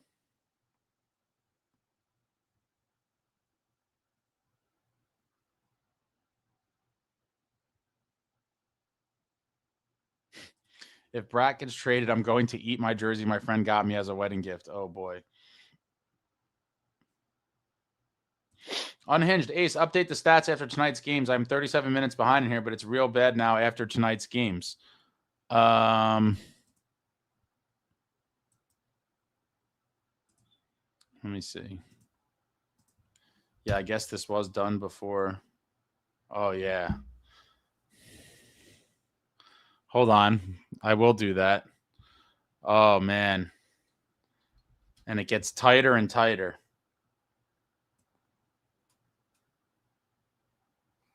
And updated standings coming up in a second. Are all the games final? This is Metro.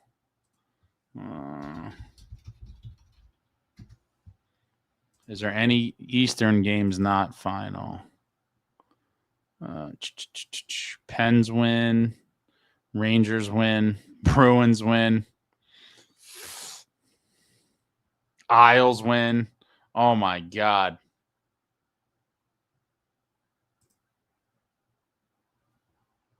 All right, so here we come with the updated standings. And it gets even tighter, folks. Bang!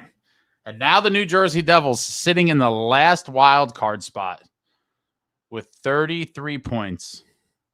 Rangers with 32 right there. Islanders with 33. My God. What an insane playoff picture at the moment.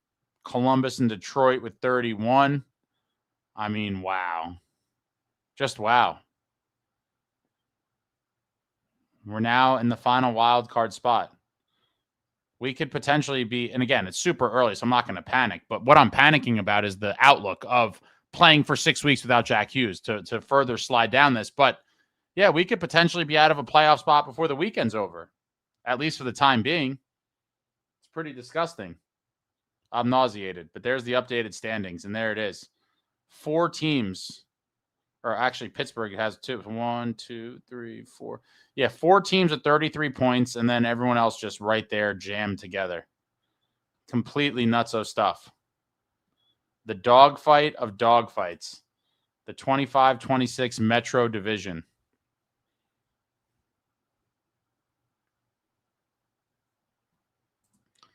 Do not support. What do you got against Fanatics? They got some crazy deals, bro.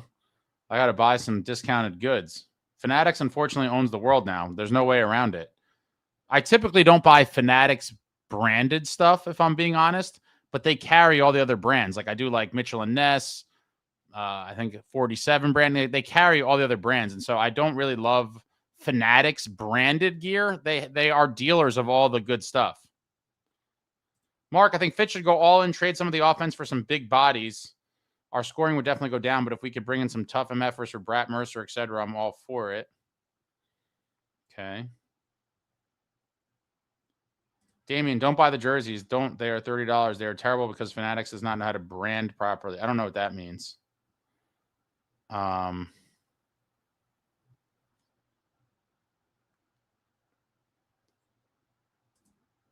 Dude, you guys are savages. Christie's married. Running with the Woodson. How do you make a trade when all of our players suck? There's trades to be made. Come on, man. Capitals are on a 6-game winning streak. Stiz, panic mode early. Not quite panic, but certainly concern because we've seen this all before. Certainly concern, and inactivity is going to sink us. Something must get done, and it must get done soon. Running with the Woodson, this team dies when good coaching shuts down the neutral zone. Jack is only good if teams give him space. Sometimes he could still make space for himself, but that's the playbook on the Devils.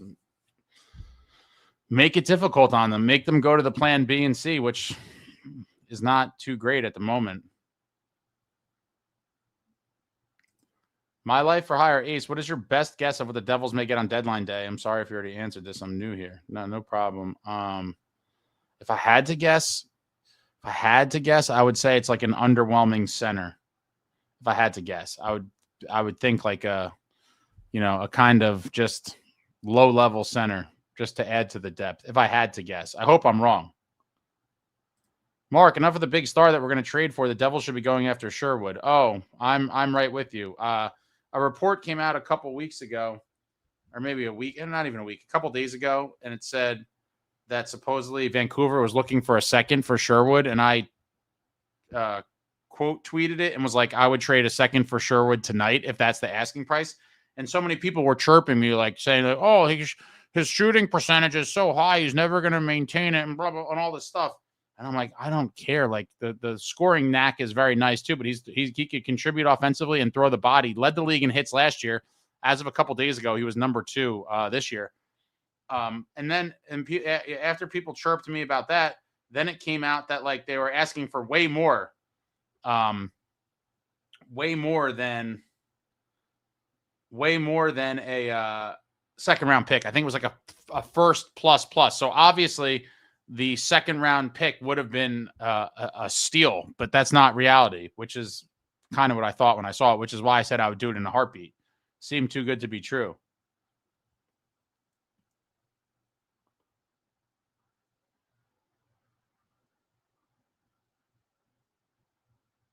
Running with the Woodson will never make it to round 2. This soft team, no trade short of 4+ players will help. Oh my God. 4 players.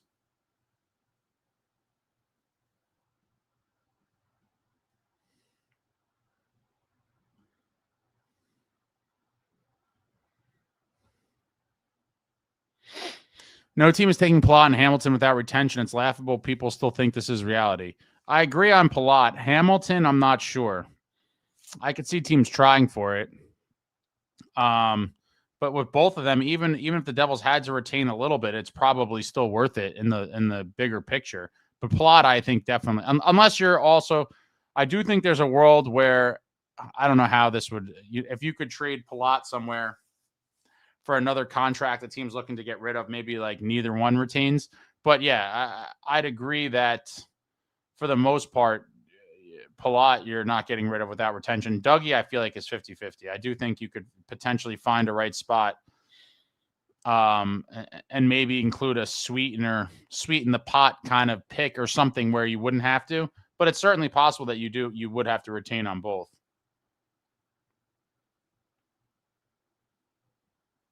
Bring back Mike Rupp. Franchise legend.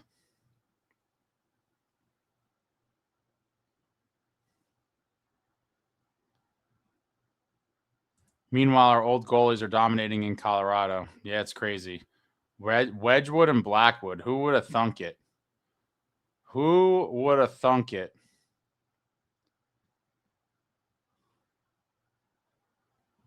A lot of dooming in these comments.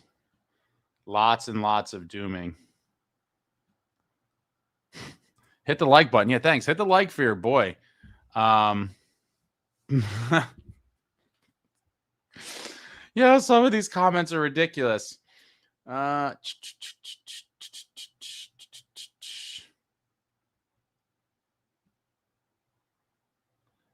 we've already talked about the Olympics with the uncertainty of the rink and the arena being done. Mark says trading Nemitz for Quinn would put us in cap hell for sure. Well, I don't think it'd be that crazy because in that world, I think Dougie is gone somewhere, whether it's to Vancouver or a different team. I can't see Dougie and Quinn both being on this team simultaneously, given their contracts. It just doesn't seem feasible or possible. John, Dallas has massive size, and so does Vegas. Devils need to get big. Yeah, it would be nice. But Devils 13, you would trade Bratt for Thompson, but not Nemo for Quinn. Kids had a nice month, but we're talking about the second best defenseman in the league. So I think if push came to shove, I probably would, but I don't want to. I feel like we have other pieces that you could get him without that. If you were forced to and you had no other option, I think you have to do it because, like you said, he's second best defenseman in the league, a top, 6 to 8 player, but it would really suck. And it almost seems unnecessary in my opinion. Like there are other pieces you could offer to push the trade over. I think it would suck to lose Nemo. Yeah. I'm not saying he's, is his ceiling is Quinn's? No, like Quinn could go down as like a I don't know. Let's just call it a top 20 defenseman of all time. So, assuming he plays for a while and continues to play the way he does, but it'd be nice to have both of them. But who knows? After this year, Nemitz is going to get paid handsomely as well. And so maybe that's another justification for the team to deal him in a potential deal for Quinn. It would just suck. He's been such a treat to watch and, to kind of see him start to flourish in the league and all the big moments he's had. Like I said, he has more, theatrical hero moments in one playoff series and a quarter of the season than many defensemen will have in their entire careers. Pro Bowl says if NJ misses the playoffs, I hope Dallas wins the cup. Mooseman says Nemitz is cheap and Quinn is expensive. Yeah, but Nemitz is only cheap for the rest of this year. After this, he's going to be looking to get paid. And he's probably going to be looking for Luke money. $9 million. $9 million.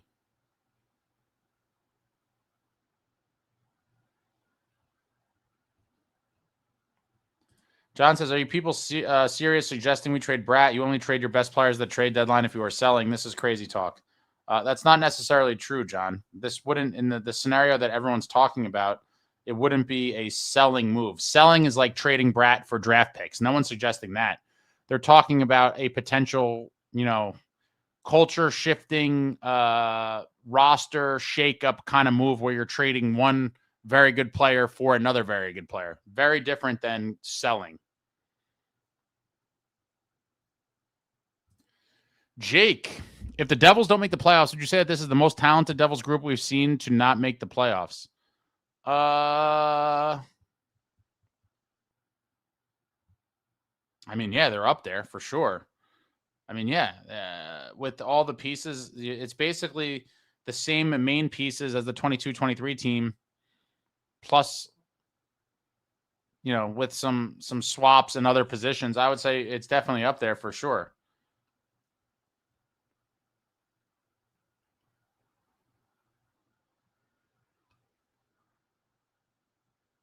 Presify, Fitz and Co. are wasting this core right before our very eyes. Really sad to see. And that's the thing where it sort of feels like something must be done because we've seen this before. And 22-23 should have been the start of win now mode, like win now aggressively. But everyone kind of just sat back and was talking, oh, the Devils are so young. and this and that. And years go by quick. Careers go by quick. And here we are now, a lot of people thinking like that the core needs a shakeup, and it happened very quickly. Two crap seasons after that 22-23 season. And this could be the last run for the core as we know it, or it might not even get to that. Maybe something happens before that. But I completely agree that there's precious years of the core just being burned with no real progress. We won a round in 22-23, and then the following year we missed the playoffs. And then last year we made the playoffs and got dusted in the first round. So there's no growth. There's no kind of moving forward, pushing towards a cup. It's been neutral at best. And realistically, I would say we've gone in reverse. We've regressed.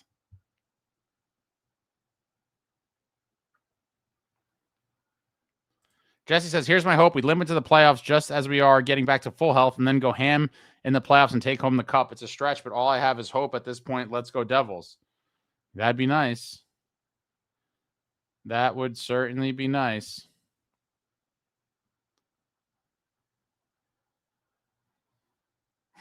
I can't believe we did a reverse metamorphosis back to the KC Scouts. Oh, boy. We should call up Hatika. Oh, man.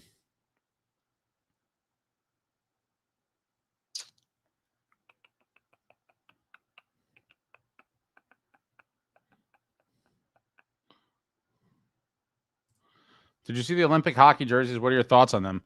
Yeah, I like them. The USA one is pretty cool. I like it.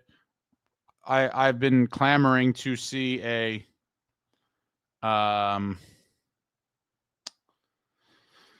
would like to see a kind of reinterpretation or like a refresh design of the 1996 World Cup jerseys. I love that team and I love the jersey. For those of you familiar with it, the World Cup jersey was so sick. And that's probably the best American hockey team ever assembled. Yeah, I would have liked to see some sort of updated version of that, but they're okay. I mean, they're fairly plain. I mean, there's not really much to to hate or love with the new USA jerseys. Bobby says 1-for-1 Bratt for Jarvis. Jarvis can at least score. That's not going to happen either. Jason, no, Fitz should hold a press conference, but he won't. Hold a press conference about what, though? Ted, I don't want our players getting injured in these tournaments. I have mixed feelings about these tournaments now. I will always want to see the tournaments. You run the risk of injury, so be it. There's a lot of positive that comes with it, and if injuries happen, it sucks, but I will always be for these types of tournaments. It's great exposure for the league, and they're wildly entertaining games to watch.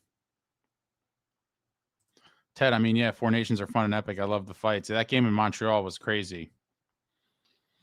Jason, Allen starts to look bad after having too much of a workload. But, like, what are they basing that on, though? Like, I'm willing to test it and find out. Like, if Marky continues to be shaky, I would give Allen, like, a real starter's workload until he proves he can't do it.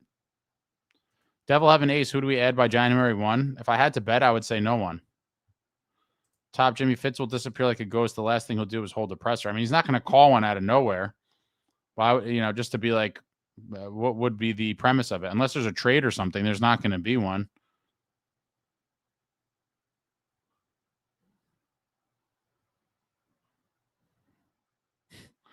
Daniel, our new logo should be the NJ over a red cross symbol. Oh, man. Benjamin, why is there a massive boycott of the Vegas game other than the fact they are a complete fraud, of course? What is the boycott? I haven't heard of this. Mark says Sherwood would give us the Crash Line 2.0. Oh, man. No one will ever be the Crashers, but I've always said for years I would love to assemble a poor man's version. Sherwood definitely would be a huge piece of that. I do like Zach McEwen. I think he should be an everyday fourth liner when he hopefully returns. It's so unfortunate this guy got injured twice. I think Cotter could be a valuable piece on a line like that. But I certainly would love to see I can't disrespect the Crash Line. It would be a poor man's version of the Crash Line, but I would love to see anything remotely resembling that line. Greatest fourth line in Devils history.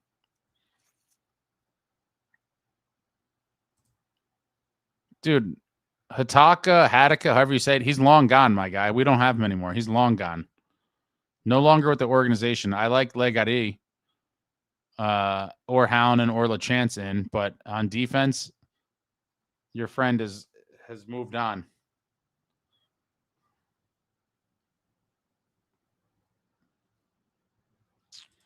Justin, people have to understand that NHL is a business. Sometimes you have to make a trade no one likes to get better. Yeah, it's tough. Lou Lamoriello specialized in these types of deals, the deals that are hard to pull the trigger on, but produced results, undeniable results in the form of Stanley Cups. Stanley Cups. Marty is forever the GOAT for sure. Mark, Jack Hughes will come back from Italy having burned his mouth on pizza and being out of the lineup for the residency. Come on. Come on.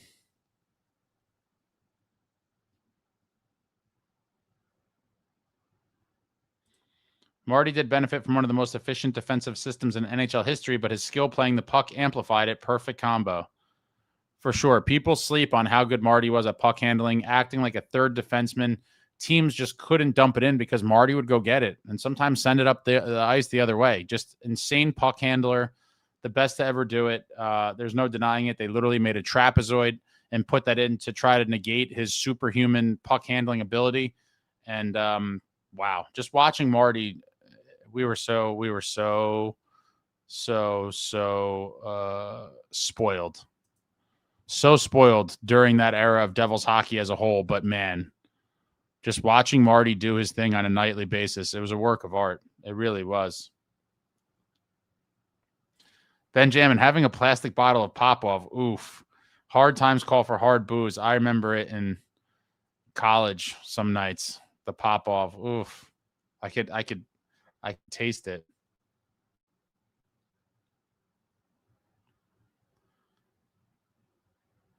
Yo, Holmes, Marty, if he was qualified to be a GM, would have advised to pick better goalies years ago, would have told Fitz what depth scoring is also. I think Marty gives his opinions, but in the end, I think the analytics people and Fitz are making a decision. I'm sure there's times where Marty's probably sitting there like, I can't believe this is happening, but it is what it is. Ted says analytics have been running sports since Moneyball. Florida is super analytic. Yeah, they're also super punch you in the face. They're also super punch you in the face, so they could claim analytics all you want. Well, then I guess they plucked all the tough guys that the analytics support.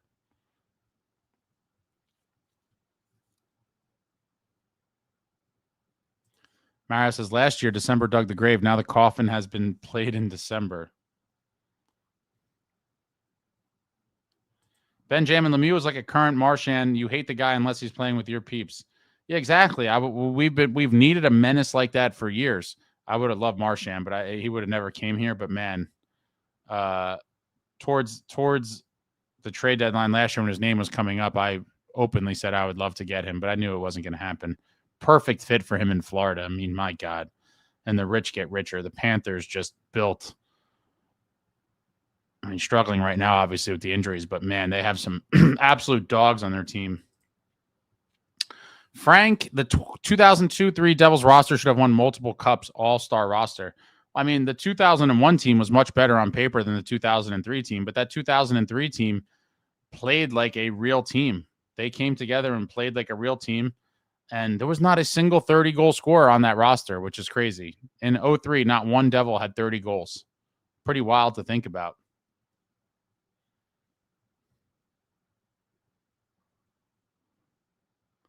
Lemieux is Mr. Clutch come playoff time.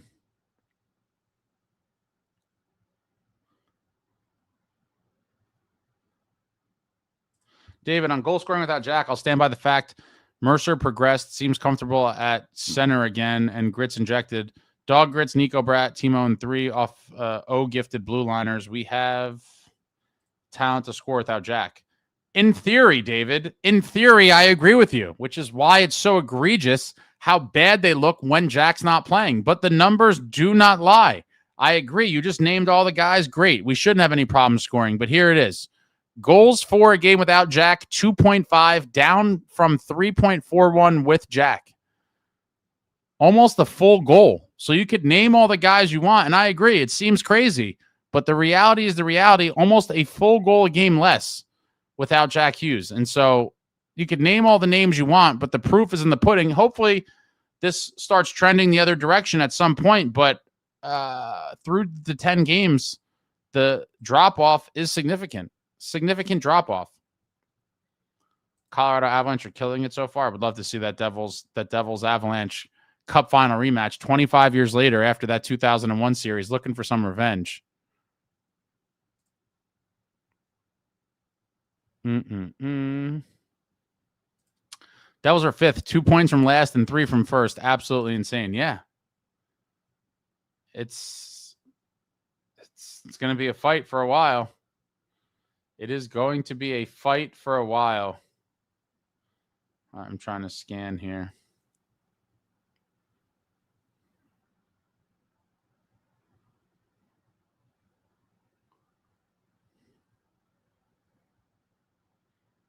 We talked about this before. Would you trade Bratt plus picks for Tage? As much as I hate losing Bratt, he's my favorite Devil. A big trade has to happen. Yeah, I would.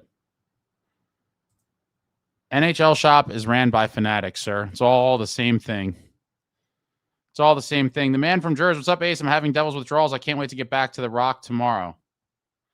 You are a brave, brave individual. I went to the last... Did I go to the last 3 games? I don't know. They all blend together. But I don't know. Maybe I don't think I have it in me to go tomorrow. The effects of the losses in person are painful. It hurts so much more. And then I have to run to the car and come home to do the show.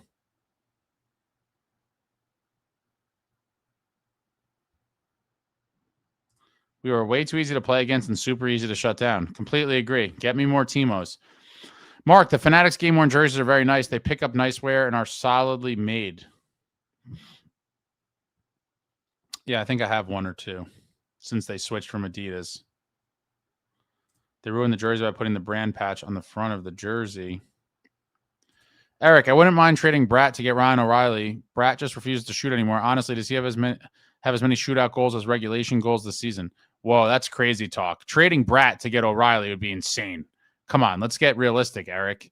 You should only even consider trading Bratt if you're getting a mega piece. Ryan O'Reilly does not fit mega piece. That would be malpractice.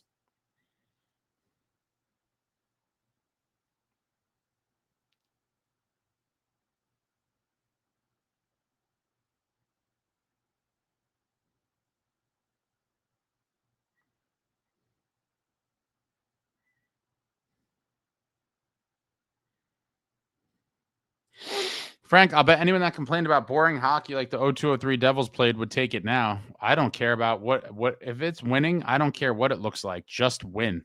And those old school Devils teams found ways to win.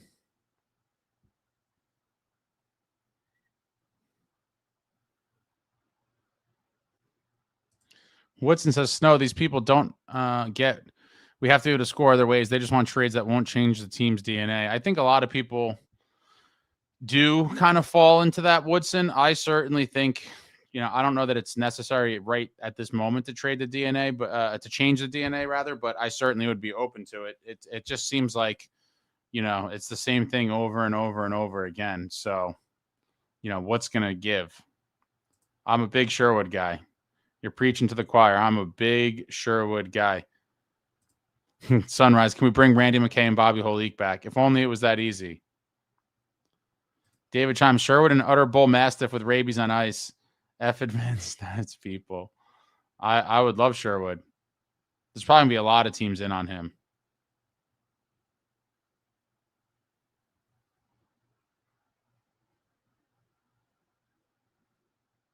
Unhinged. The division is so unforgiving. Oh, my God. The other day I watched the 95 Stanley Cup final player intro video. Those guys were tough. Holik, McKay, all those guys. Yeah, they don't make them like that anymore. What an era of Devils hockey. What's going on, Amagi?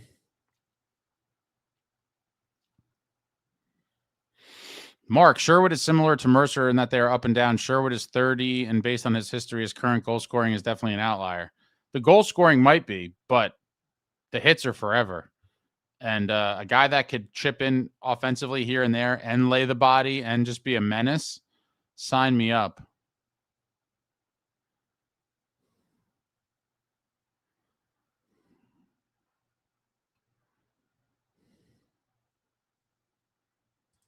I agree, Mark. Don't care about Sherwood's goal count. It's the type of game he plays the Devils need. Yep. The goal scoring is just a bonus, but he is having an insane start to the season. And that's why I was getting people were chirping me when they were like, oh, he's not going to. I'm like, listen, I'm not all excited about possibly getting him for his purely goal scoring. Like, I understand he's having like a breakout goal scoring year, but what really makes me want a guy like him is those hits and just the style of play. He's going to be a top, 2 or 3 guy in hits again this year. Commitment to the physicality. There's a lot of negativity in the chat, though. My God, it's bad.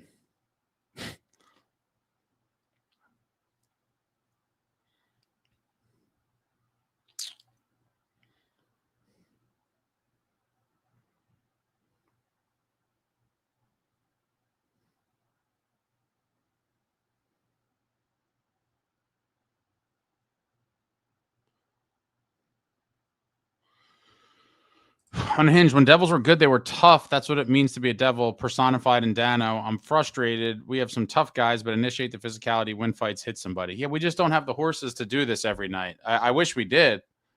But Robbie's bench toss. We need a 3C and a top 6 winger more currently, but in my opinion, that shouldn't stop you from getting Quinn if you can and figuring out sequential moves from there. That's kind of where I'm at. An offensive defenseman, like I mentioned earlier, certainly would not be on my top 3, positional wants or areas to address for the team. But when you have a chance, and more than a chance, I mean, we if we're being realistic here, the Devils have the inside track. When you have the inside track to get a player of Quinn's caliber, you got to explore making it happen. And so, you figure out the other needs afterwards. I agree with that for sure.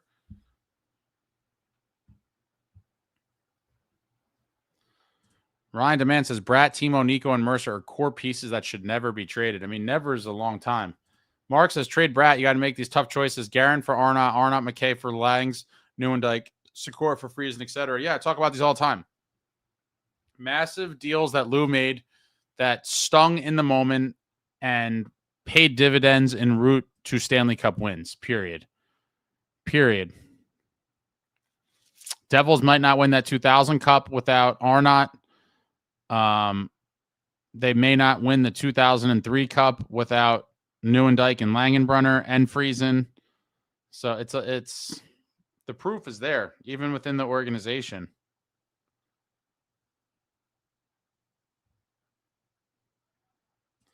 David, 95-96, Devils most talented Devils team to miss, and this back when most teams made the playoffs. Chorsky's revenge for trade.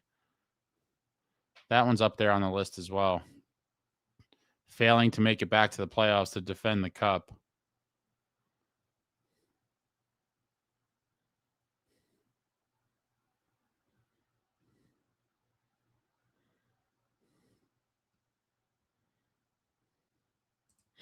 Zach says, I'm pretty sure I said it here when Jack went down, but I'll say it again. Absent a move before the end of November, I believe Fitz is giving up on the season. It's now December 4, and we're wild card 2. If that happens,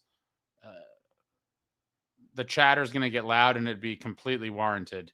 Just wasting years of a core, wasting precious seasons. It cannot happen.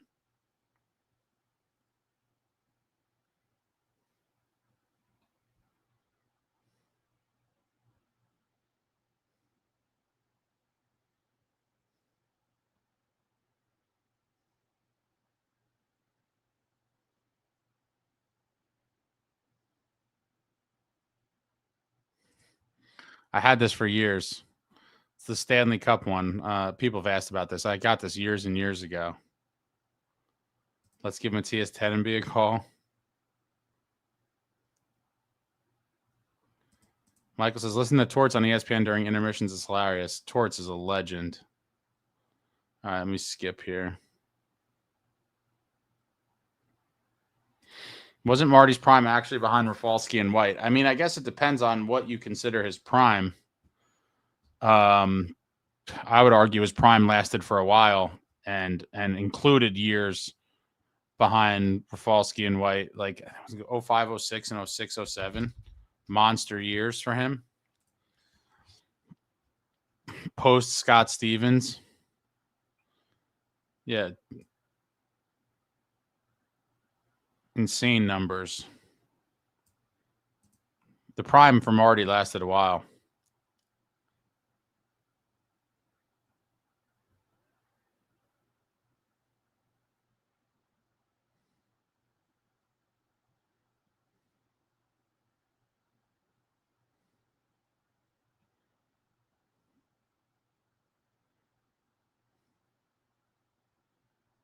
David, ask yourself if you would trade places with any other teams in the division as a fan, both this season and the future.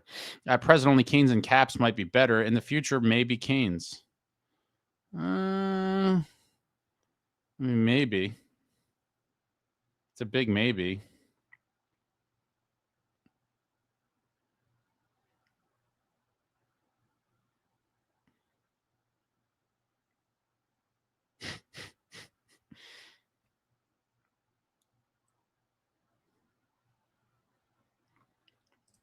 Mark, never been a fan of building teams. Excuse me. Never been a fan of building teams around one or two players. The 95, 2000, and 2003 teams were built around disciplined team play, not one superstar. We started to get away from that in the 2010s. Yeah, I mean, different league, different world, but I mean, I would say that this team is not technically built around just Jack. He's obviously a huge part of the team, but like we have other players. It's crazy how they just haven't been able to produce when Jack is out.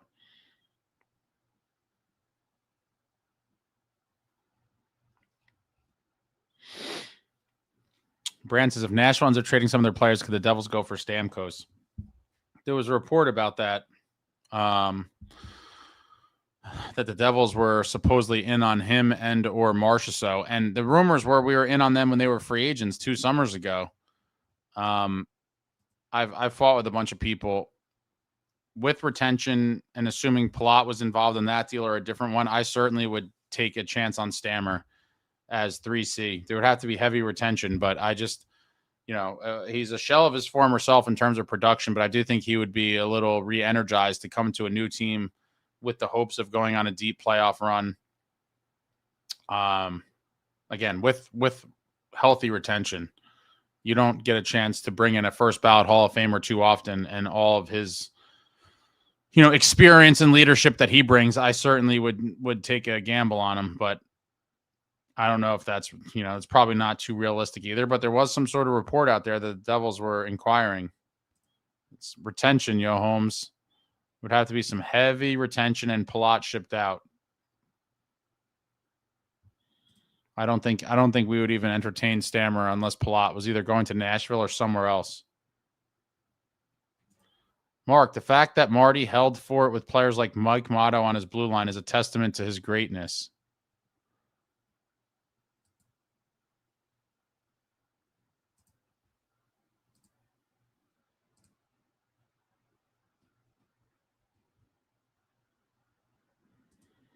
Don't get me wrong. These results have been pissing me off, I'd assume.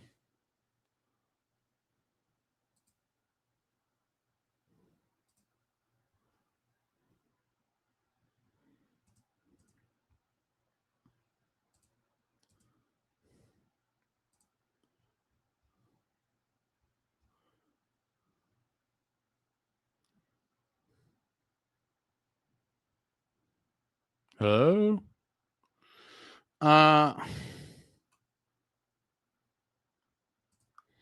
Reunited, but then we'd have 2 Palats. I mean, come on. For the people that make those comparisons, you're really disrespecting Stamkos and his legacy.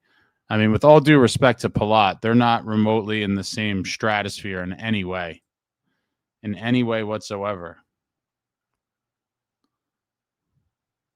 I think my camera froze. Hold on.